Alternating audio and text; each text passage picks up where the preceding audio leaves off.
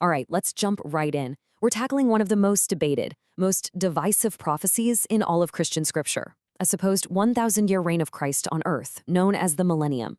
It all comes from a single chapter in the book of Revelation, but oh man, has it created a massive split in how people understand the end of the world. And it shapes everything, from personal faith right up to global politics. So here's how we're going to break this all down.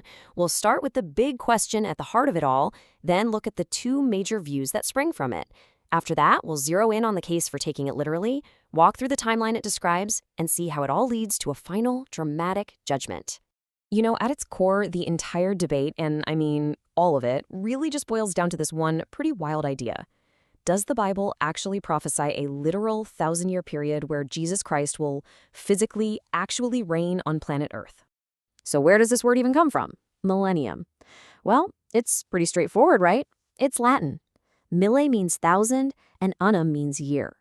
And this term points directly to the 1,000-year period that gets mentioned not once, but 6 separate times in the 20th chapter of Revelation. And this idea, this concept, is what you could call the first fork in the road for anyone trying to figure out biblical prophecy. Seriously, the answer you give to this one question pretty much sets the course for everything else you'll believe about the end times. And this is it. This is the question that splits everyone. It all comes down to how you read the text.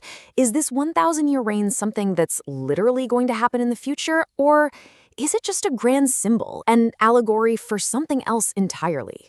And depending on which path you take at that fork, you end up in two completely different theological worlds. These two viewpoints have been shaping church history for well over 1,000 years. So here they are, the two main camps. On one side, you've got amillennialism. That A at the beginning means no, as in no literal millennium. This view says the 1,000 years are a symbol for the current age, the age of the church, and that Christ is reigning right now, but spiritually, in believers' hearts. It's often tied to the idea that the church has basically inherited the promises God made to Israel. But then, on the other side, you have premillennialism.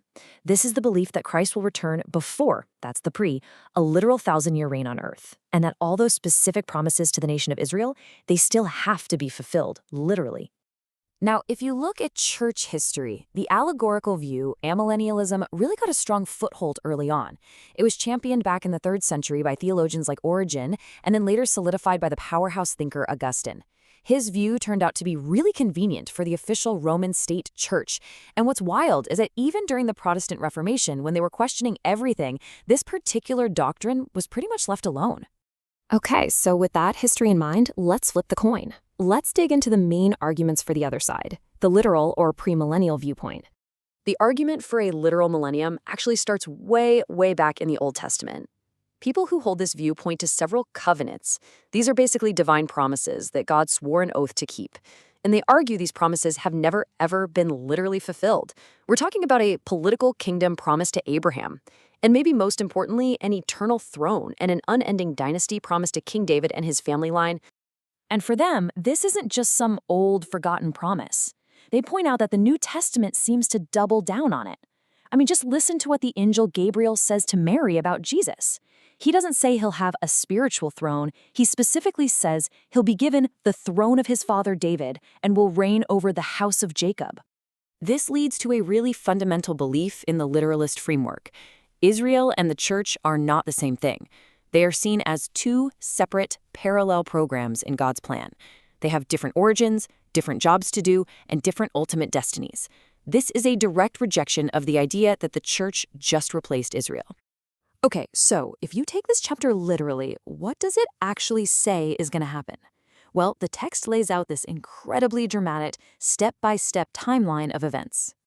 It all kicks off with an angel grabbing Satan and locking him in a bottomless pit for the whole 1,000 years.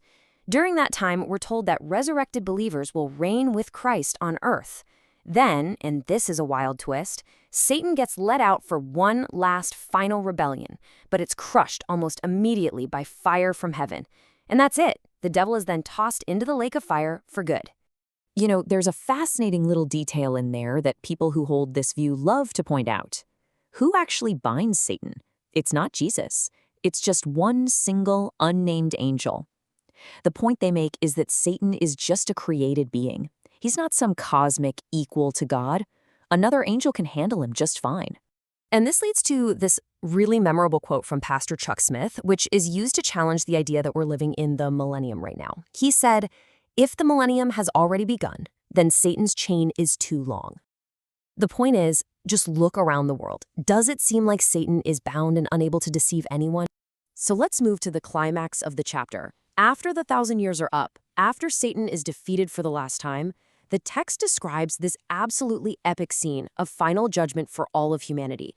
Now, according to this framework, the Bible talks about two completely different judgments. First, there's something called the Bema seat. This is for believers, and it's not about salvation. That's already settled. It's more like a performance review to determine rewards. Then you have the Great White Throne, the one described here in Revelation. This one is for the unsaved, where their deeds are judged to determine their final eternal destiny. And you can see how this all connects to our own anxieties today, right? When you look at what people believe about the afterlife, it's pretty revealing. 2/3 of Americans think they're headed to heaven, but a full quarter of people are totally uncertain what's going to happen. And, maybe no surprise here, less than 1% actually expect to go to hell. At this final judgment, the whole scene centers on two types of books. First, you have the books of works, which are basically a record of everything a person has done. But the final verdict, the one that really matters, comes down to a second book, the book of life. And according to the text, if your name isn't found in that book, your fate is sealed. And that leaves us with the ultimate, pretty jarring question that this interpretation raises. In the final accounting, your destiny isn't decided by weighing your good deeds against your bad deeds on some cosmic scale. Instead, it all comes down to a single yes or no question. Is your name in the right book?